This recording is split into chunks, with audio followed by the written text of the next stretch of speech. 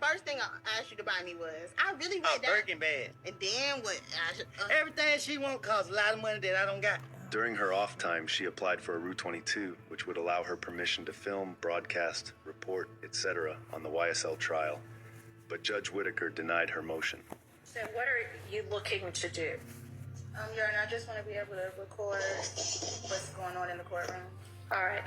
And you had already, I guess, yesterday live streamed from somebody else's live stream. What is that person's name? Miss Sylvia. Miss Sylvia? Yeah, she's sitting in the courtroom. Okay. Infamous Sylvia is an Atlanta blogger who has worked on the YSL trial since it started. She would also be the one to ultimately take down Kayla Bumpus.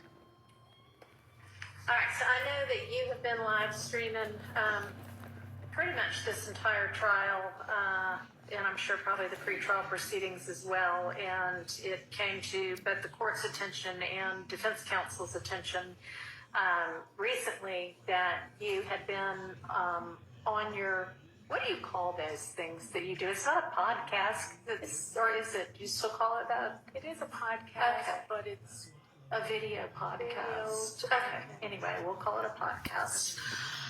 That you had been, and I know that you say in your letter that you didn't reveal any personal identifying information. And I think that you did not reveal enough to actually identify any of the jurors, but you were referring to where different people sat and their race and gender. And that is personally identifying information. And then you were giving them derogatory names. And you say in the letter that you provided to me this morning that you have always operated with great integrity, that the content you share represents factual reporting, and that you do your reporting with the, and these are all quotes from your letter, the utmost respect and integrity for all involved. Do you believe that any of those three statements that you made to me this morning is actually true about the names you were giving those jurors? I just want to give you the names of movies that I like. And, you know, SpongeBob is my daughter's favorite cartoon. Do you think that those showed respect and integrity to the jurors? Well, I didn't think it were bad names at all. Glasses, nose. No, I didn't think it was bad names. Although Kayla considered Sylvia a friend, it seems more like two people using each other to gain their own success. It was said that infamous Sylvia gained information about Kayla's marriage to the alleged Shannon Jackson through a news source who got an anonymous tip after Kayla Bumpus had an altercation with one of the officers at the jail. Kayla would soon go to the internet and accuse the Atlanta blogger of wanting $500 for the video, as if she were being extorted. So I don't have any tea to spill. I mean, believe what you want to believe. I'm not clearing nothing up. You know, I've had news channels that I've had to speak to. I've had people that say they're bloggers tell me that I need to give them $500 to bury the story, which, you know, I'm not giving anyone $500. The next day, infamous Sylvia spoke and cleared up rumors while Kayla left, people wondering was she being honest. So, because I didn't believe it, I started asking people around the court, was it true? Right. I don't know anything about it.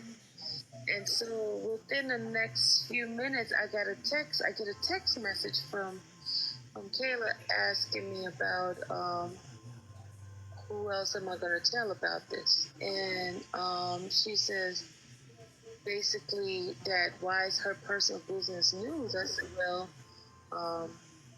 she called me and we was talking, and she asked me how did I find out who was, you know, trying to get her personal business. I said, well, the news guys gave it to me, so she asked me for his number. I gave his number, so she didn't want him to. So you gave the source of your information, Sylvia?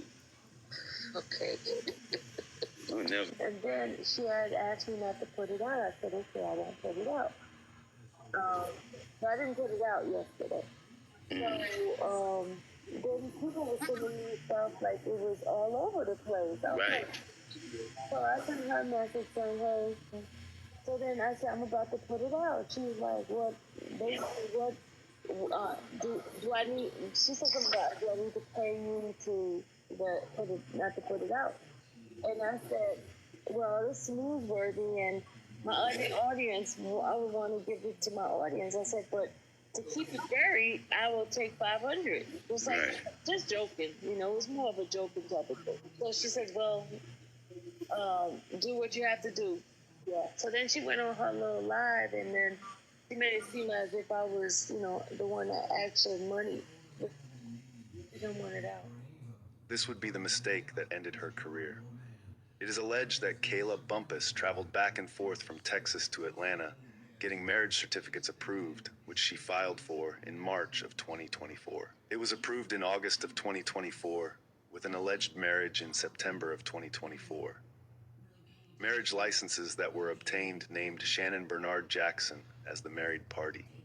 Although people tried to deny the allegations, Kayla would soon speak publicly.